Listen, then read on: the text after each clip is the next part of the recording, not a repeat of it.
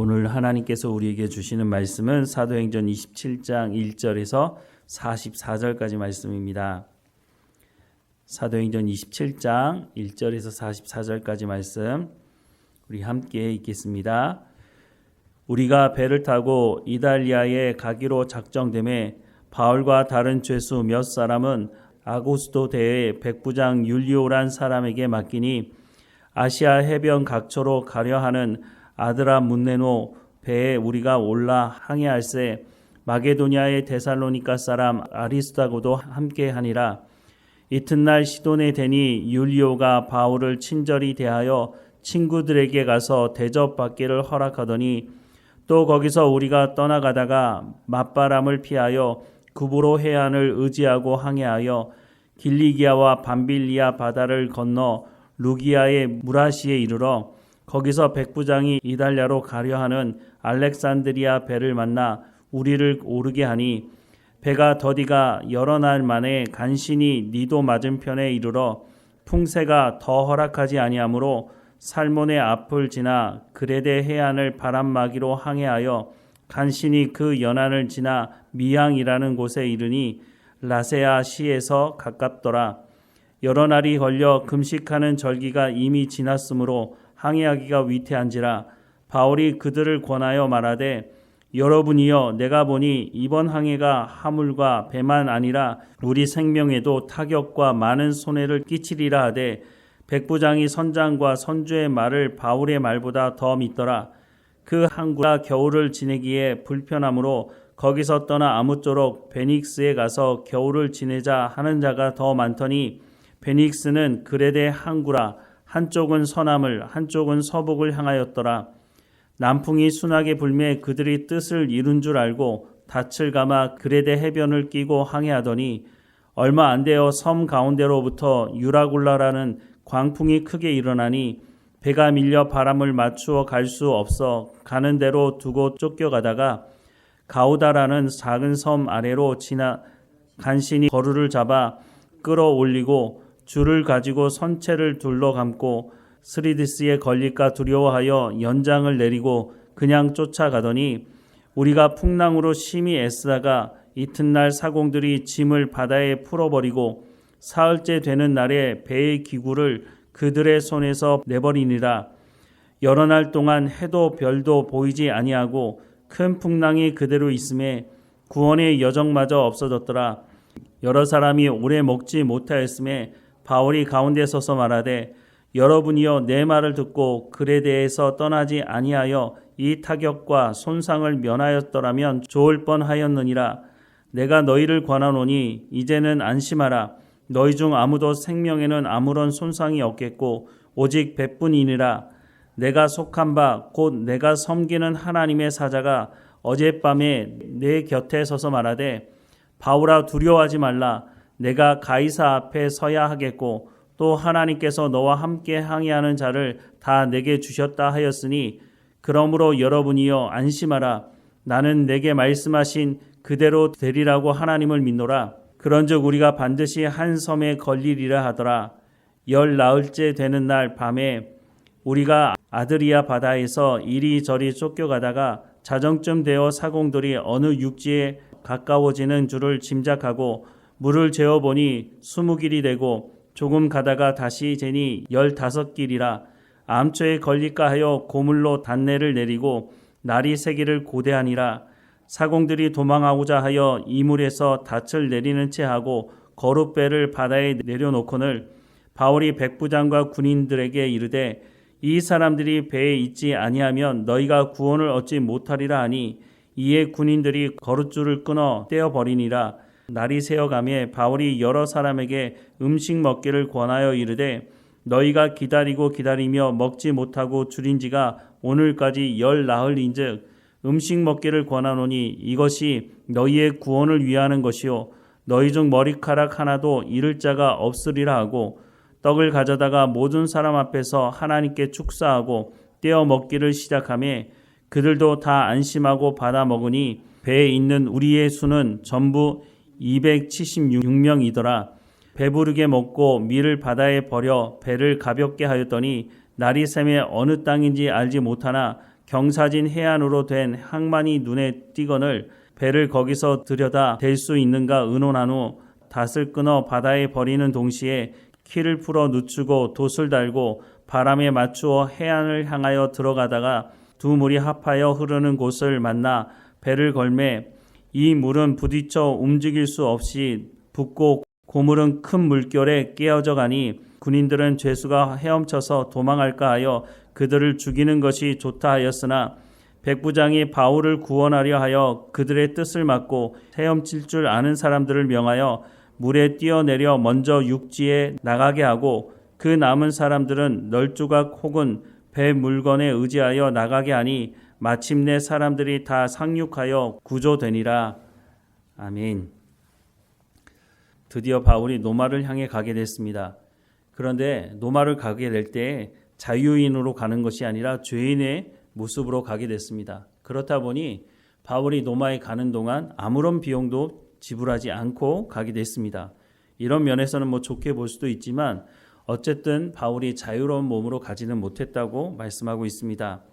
왜냐하면 유대인들이 바울을 고발하자 바울이 노마 시민권을 이용해서 나는 노마 황제를 통해서 재판을 받기 원한다라고 하기 때문에 노마로 가게 되었던 것을 보게 됩니다.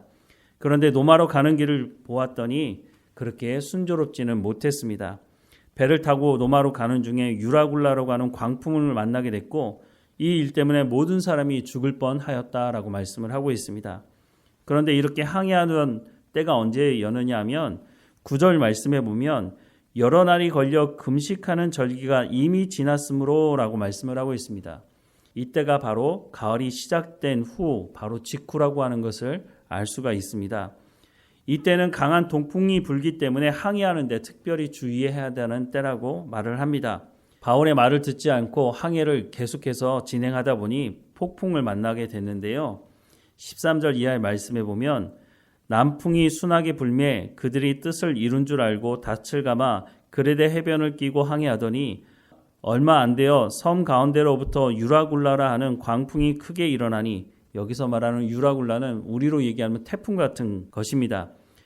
그것이 일고 나니까 15절 말씀에 배가 밀려 바람을 맞추어 갈 수 없어 가는 대로 두고 쫓겨가다가 가우다라는 작은 섬 아래로 지나 간신히 거루를 잡아 여기서 말하는 거루는 돛을 달지 않는 작은 배를 말합니다. 끌어올리고 줄을 가지고 선체를 둘러감고 스르디스에 걸릴까 두려워하여 라고 말하는데 여기서 말하는 스르디스는 모래톱을 말합니다. 그러니까 여기 걸리면 배가 나갈 수가 없는 것이죠. 연장을 내리고 그냥 쫓겨가더니 우리가 풍랑으로 심히 애쓰다가 이튿날 사공들이 짐을 바다에 풀어버리고 사흘째 되는 날에 배의 기구를 그들의 손에서 내버리니라. 여러 날 동안 해도 별도 보이지 아니하고 큰 풍랑이 그대로 있음에 구원의 여망마저 없어졌더라. 여러 사람이 오래 먹지 못하였음에 바울이 가운데 서서 말하되 여러분이여 내 말을 듣고 그레데에서 떠나지 아니하여 이 타격과 손상을 면하였더라면 좋을 뻔하였느니라 라고 말하고 있습니다.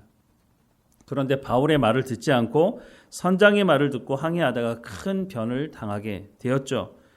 22절 이하의 말씀에 보면 내가 너희를 권하노니 이제는 안심하라. 너희 중 아무도 생명에는 아무런 손상이 없겠고 오직 배뿐이니라. 내가 속한 바 곧 내가 섬기는 하나님의 사자가 어젯밤에 내 곁에 서서 말하되 바울아 두려워하지 말라. 내가 가이사 앞에 서야 하겠고 또 하나님께서 너와 함께 항해하는 자를 다 내게 주셨다 하였으니 그러므로 여러분이여 안심하라. 나는 내게 말씀하신 그대로 되리라고 하나님을 믿노라. 그런즉 우리가 반드시 한 섬에 걸리리라 하더라 라고 말씀을 하고 있습니다. 그리고 바울이 말한 대로 이 모든 사람들이 구조되게 됩니다. 바울이 지금 뭐라고 말하고 있습니까? 나는 내게 말씀하신 그대로 되리라고 하나님의 말씀을 믿는다라고 말을 하고 있습니다. 바울의 말을 듣지 않고 항해하다가 큰 일을 당하게 되어서 다 죽게 되는 그 상황에서 바울이 뭐라고 말했다고요? 너희가 죽지 않는다고 말하고 있습니다. 왜냐하면 하나님께서 바울을 노마에 가게 하시고 노마의 황제 앞에서 하나님의 말씀을 전하게 하실 것이라고 약속하셨던 그 말씀이 이루어질 것이라고 말씀을 하고 있다는 것입니다. 사도행전 23장 11절 말씀에 보면 그날 밤에 주께서 바울 곁에 서서 이르시되 담대하라. 내가 예루살렘에서 나의 일을 증언한 것 같이 로마에서도 증언하여야 하리라 라고 말씀하지 않았습니까? 바울은 가장 어렵고 목숨의 위협을 당할 그 상황에서 하나님의 말씀, 그 언약의 말씀을 기억하고 그 말씀을 이루실 그 하나님을 기대했다라고 말씀하고 있습니다. 그것을 사람들에게도 말한 것이죠. 하나님께서 내 가운데 말씀하신 그 말씀은 반드시 이루어질 것이다 라고 말씀을 하고 있고, 그 말씀대로 모든 사람들의 생명이 살아나는 일을 경험하게 되었다고 하는 것입니다. 다시 한번 25절 말씀해 보면, 그러므로 여러분이여 안심하라. 나는 내게 말씀하신 그대로 되리라고 하나님을 믿노라 라고 말씀을 하고 있습니다. 우리는 어떻습니까? 우리가 어려움을 당할 때 우리는 무엇이라고 말하고 있습니까? 하나님 속히 이 고난을 벗어나게 해달라고만 하지 않습니까? 우리가 고난 중에 있을 때, 우리가 정말 어려운 가운데 생명의 위협을 받을 때 우리가 해야 되는 것은 하나님 살려주십시오. 물론 그렇게 하나님께 기도할 수도 있겠죠. 하지만 더 나아가서 하나님 이렇게 말씀하지 않으셨습니까? 이 말씀대로 하나님 이루어질 것을 내가 믿습니다라고 고백하고 기도하는 것이 맞다고 하는 것을 말해주고 있는 것이죠. 하나님은 바울을 말씀을 전하는 복음 증거자로 삼으시고 인도하셨습니다.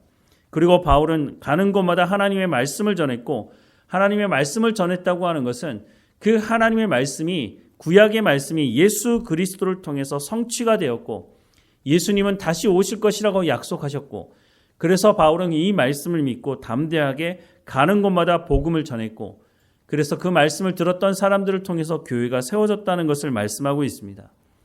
바울은 하나님께 가는 그 날까지 하나님의 말씀을 믿고 순종하며 복음을 전했고, 그 복음의 말씀이 오늘 우리에게도 전해졌고 우리가 교회를 이루고 하나님께 예배하고 있는 것 아닙니까? 예수님께서 승천하시면서 마태복음 28장 18절에서 20절 이렇게 말씀하십니다. 예수께서 나와 말씀하여 이르시되 하늘과 땅의 모든 권세를 내게 주셨으니 그러므로 너희는 가서 모든 민족을 제자로 삼아 아버지와 아들과 성령의 이름으로 세례를 베풀고 내가 너희에게 분부한 모든 것을 가르쳐 지키게 하라. 볼지어다 내가 세상 끝날까지 너희와 항상 함께 있으리라 하시니라 라고 말씀하고 있습니다. 바울이 이 예수님의 말씀에 가장 충실하게 살았던 사람 중에 한 사람이었습니다. 이렇게 해서 교회가 세워졌고 교회가 부흥하게 되었죠. 오늘 우리도 또 많은 교회가 부흥하기 원한다고 말합니다. 그런데 우리가 말하는 부흥과 성경에서 말하는 부흥은 참 많이 차이가 있는 것 같습니다. 부흥의 핵심적인 것을 사람들은 뭐라고 생각합니까? 많은 사람들이 모이는 것이라고 생각합니다.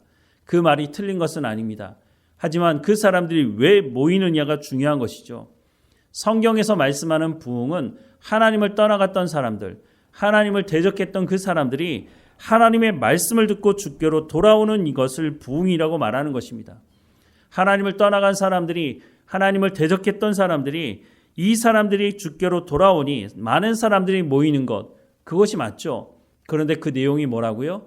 하나님을 모르던 사람들이 하나님을 알게 되는 것을 부흥이라고 말하는 것입니다. 바로 이 하나님을 알게 되는 데 있어서 핵심이 뭡니까? 하나님의 말씀을 전하는 것입니다. 바울이 그와 같은 삶을 살았고 바울의 삶을 통해서 많은 사람들이 주께로 돌아왔다는 것, 그것이 바로 부흥이라고 말하는 것이죠. 지금 바울이 죄수의 신분으로 로마에 가고 있지만 이 과정을 통해서도 바울을 통해서 하나님께서 하나님이 어떤 분이신지, 하나님은 말씀하신 것을 반드시 이루는 분이시라고 하는 이 복음의 말씀이 바울을 통해서 전해지고 있고, 아마 그 배에 있던 많은 사람들이 바울을 통해서 하나님을 알게 되었을 것이라고 생각을 할 수가 있는 것이죠. 오늘 우리의 삶도 마찬가지입니다. 우리가 고난 중에 있든지 평안할 때이든지 어느 때이든지 우리가 하나님의 말씀을 증거하고 하나님의 말씀대로 순종하는 삶을 통해서 복음이 전해질 수 있음을 분명히 말씀해주고 있는 것이죠. 우리 교회를 통해서 하나님께서 이루기 원하시는 것이 무엇이겠습니까? 부흥이 일어나는 것을 하나님 원하실 것입니다. 이 부흥이 어떻게 일어난다고요? 사도 바울이 그 죽음 앞에서도 담대히 하나님의 말씀이 이루어질 것을 나는 믿는다라고 고백하며 살아갔던 것처럼 성도들 한 사람 한 사람들이 하나님 말씀을 듣고 삶의 현장에서 하나님의 말씀이 이루어질 것을 믿는다고 고백하며 살아갈 때에 세상 사람들이 하나님이 누구인지를 알고 하나님께 돌아오며 함께 예배하는 공동체를 이루게 될 것이라고 약속하고 있는 것입니다. 바로 이것이 부흥이라고 말씀해주고 있는 것이죠. 내가 아무것도 할 수 없는 그런 사람이라고 생각하십니까? 물론 그 말이 틀리지 않을 수도 있습니다. 하지만 복음은 나를 통해 역사하시는 성령의 역사를 통해서 이루어지는 것입니다. 거기에 앞서서 내가 인격적으로 자원함으로 하나님 말씀을 듣고 순종하면 그 일이 성령을 통해서 하나님을 통해서 이루어질 수 있다고 약속해 주고 있는 것입니다. 우리의 삶을 통해서 하나님의 부흥이 일어날 수 있게 해달라고 기도할 뿐만 아니라 하나님 말씀을 듣고 전하며 순종하는 우리의 삶을 통해서 이 부흥의 열매가 성취되기를 주님의 이름으로 축원합니다. 기도하겠습니다. 사랑하는 하나님, 사도 바울이 고백한 것처럼 나는 내게 말씀하신 그대로 되리라고 하나님을 믿노라라고 말씀하는 이 고백처럼 우리의 삶 가운데도 하나님의 말씀이 내 삶을 통해서 성취되고 나는 하나님의 말씀이 이루어지는 것을 믿노라라고 고백하며 살아가는 또한 우리의 삶의 열매가 있는 삶이 될 수 있도록 은혜를 허락해 주옵소서. 그래서 우리의 입술을 통해서 우리의 삶을 통해서 복음이 하나님의 말씀이 증거되게 하시고 우리를 통해서 하나님의 부흥이 일어나는 것을 경험하고 맛볼 수 있도록 하나님 은혜를 허락해 주옵소서. 어느 곳에 있든지 모든 성도들의 삶을 하나님 주관해 주시고 오늘 말씀하시는 이 말씀대로 나는 하나님의 말씀이 성취될 것을 믿노라라고 고백하는 모든 성도들의 삶이 될 수 있도록 하나님 은혜를 허락해 주옵소서. 그래서 우리 교회를 개척하고 세우신 하나님께서 우리 교회를 통해서 복음이 증거되고 부흥을 경험하는 교회가 될 수 있도록 모든 성도들의 삶을 하나님 주관하시고 인도해 주옵소서. 오늘도 우리 가운데 맡겨진 모든 일에 충성을 다할 수 있도록 건강함과 지혜와 명철과 총명을 허락해 주옵소서. 어느 곳에 있든지 하나님과 동행하며 하나님 주시는 참 평안을 누리며 살아가는 우리의 삶이 될 수 있도록 은혜를 허락해 주옵소서. 우리가 먼저 하나님께 나왔사오니 우리를 통해서 우리의 자녀들이 우리의 이웃들이 하나님께 돌아오는 일들을 경험할 수 있도록 은혜를 허락해 주옵소서. 늘 우리와 함께 하시는 하나님께 감사하고 예수님의 이름으로 기도드립니다. 아멘.